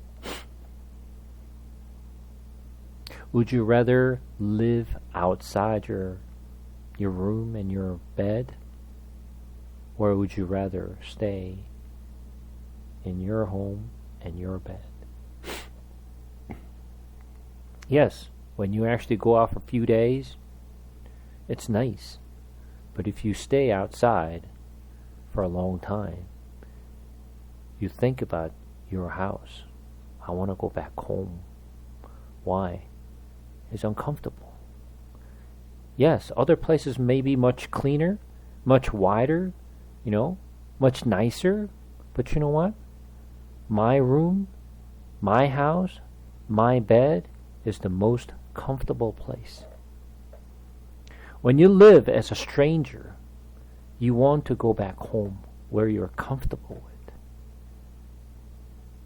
In this world, if you think this world is your home and your place, then you might not want to go to heaven. You like this place. You want to settle in this place. But if you live in this place as a stranger, you always want to go back home. This is not where I belong. This is not the place where I live. I want to go back home. My house, my room, my bed is the most comfortable place. We are living in this place as a stranger. This is what Jacob learned. What did he learn? Let's go back to chapter 47 again. It said verse 8 and 9. He said, Pharaoh asked him, "How old are you?" Pharaoh asked him how old he is. But the way he answered is this. And Jacob said to Pharaoh, "The years of my pilgrimage are 130. My years have been few and difficult, and they do not equal the years of the pilgrimage of my father. I traveled around. I never settled in one place. I always lived in a place, a strange place, with the strange people all the time. I never settled in anywhere." Jacob was always traveling. He never settled in one place. He was always traveling. So for him, there's no place like home. I want to have a place where I can really comfortably settle in. But he never had that place. He always traveled around. He lived as a stranger. Now, when you live as a stranger, you think about your home, your bed, your room. Where is our home? Home is where we want to be. The heaven is my home. That is where I came from. That's where I want to be. Because that is the most comfortable place.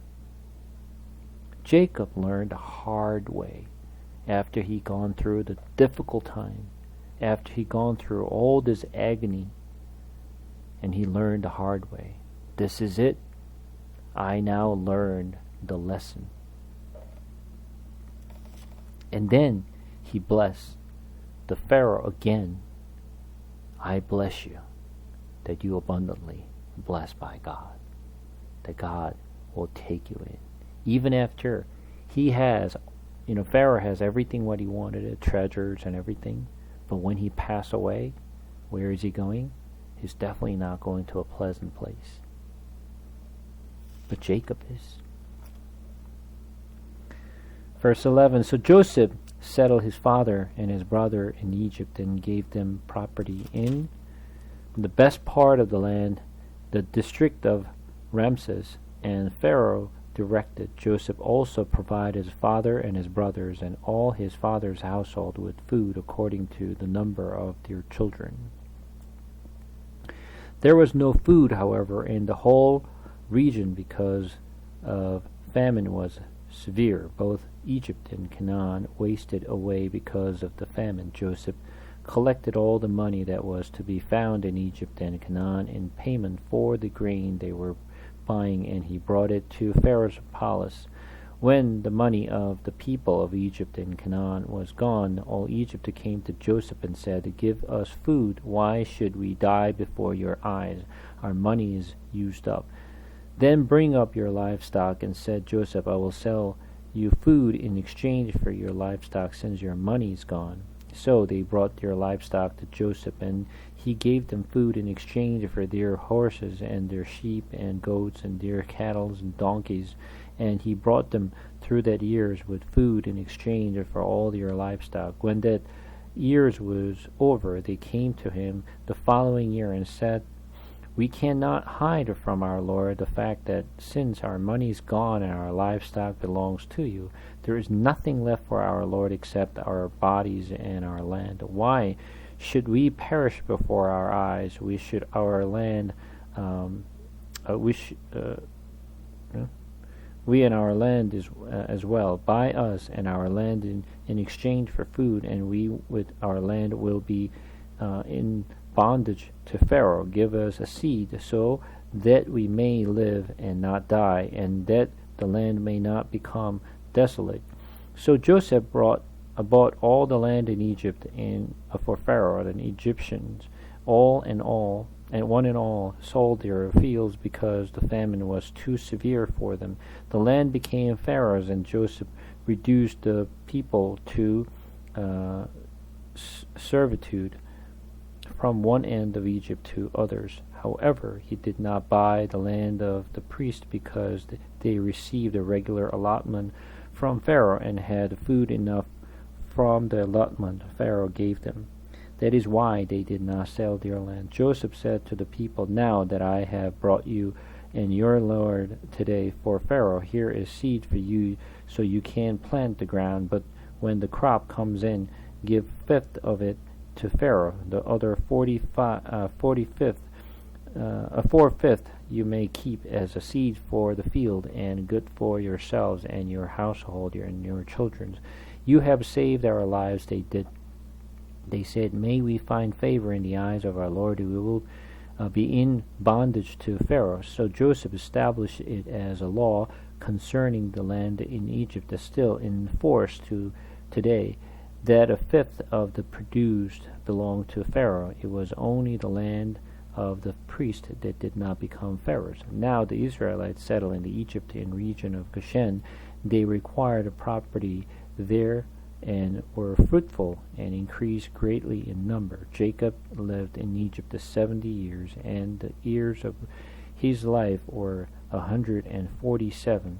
When the time drew near for Israel to die, he called for his son Joseph and said to him, if I have found favor in your eyes, put your hands under my thigh and promise that you will show me kindness and faithfulness. Do not bury me in Egypt, but when I rest with my fathers, carry me out of Egypt and bury me where they are buried. I will do as you say, he said. Swear to me, he said. And then Joseph swore to him, and Israel worshipped as he leaned on the top of his staff. Now, what happened here? The severe famine was continued, and what happened?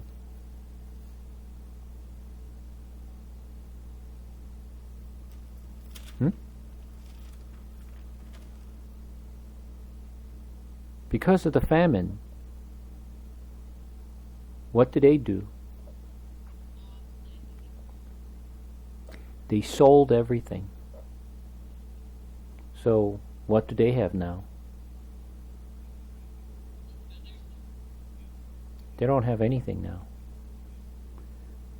If they have anything, they will not come to Joseph, right? If they have a food to eat, they will not come to Joseph.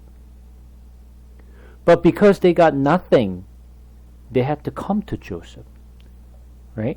What is Joseph representing? I said, Jesus. If you don't have anything for yourself, right? If famine comes to your life, you cannot help yourself, right? You sold everything now. Now you have nothing left. So who do you come to? You come to Joseph. Who do you come to? You come to Jesus. You become so poor. When you had something, you don't need Egypt. You don't need Joseph. Because you don't have anything, you have to come to Joseph. They sold everything. They got nothing. They try to help themselves. Like, I got something here so I can sell this. So for food, exchange in food. I sold this. And then after they sold everything, they got nothing to sell anymore. Wait a second. I got nothing now. Now I have to sell myself. This is exactly what happens to Christians. God brings the famine in our life. We try to help ourselves because I have something. When we try to help ourselves, to the point, and after you sold this and you sold that and you had something and then you sold everything, now you belong to Joseph. Right? Isn't that what happened to Jacob? When he had something, he was able to live by himself. But now, after he lost everything, what happened? He comes to Joseph. Isn't that what happened? Same thing with all these people. Everyone around, because of the famine, they all have to come to Joseph. And now, Joseph owns everything. Everybody's relying on Joseph. Everybody's under control of Joseph. Right? And then, what does Jacob do at the end? Right before he died, what does he say? Verse 31. Swear to me, he said. Then Joseph swore to him, and Israel worshipped as he leaned on the top of his staff. What does that mean? He leaned on the top of his staff. Well, obviously, as I mentioned several times in the past, because he wrestled with angel, right? He could not walk by himself. He had to rely on what? Staff. Right? He was able to walk by himself when he was healthy, when there was nothing wrong with him. But after he wrestled with angel, and then when angel kicked him, right? And then his socket was just displaced. And then after that, he could not walk by himself anymore. He had to rely on the staff. What is the step that he's been relying on?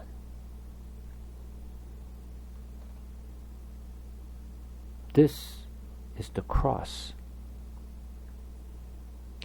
This wooden staff that he's been carrying, without the staff he couldn't do anything. And you're going to learn this will be connected to when we get to Exodus, you will learn what this means. Why he was relying on this staff. And then when you take a look at Hebrews chapter 11,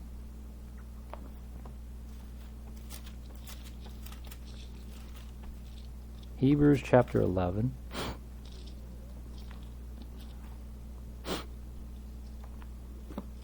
verse 21.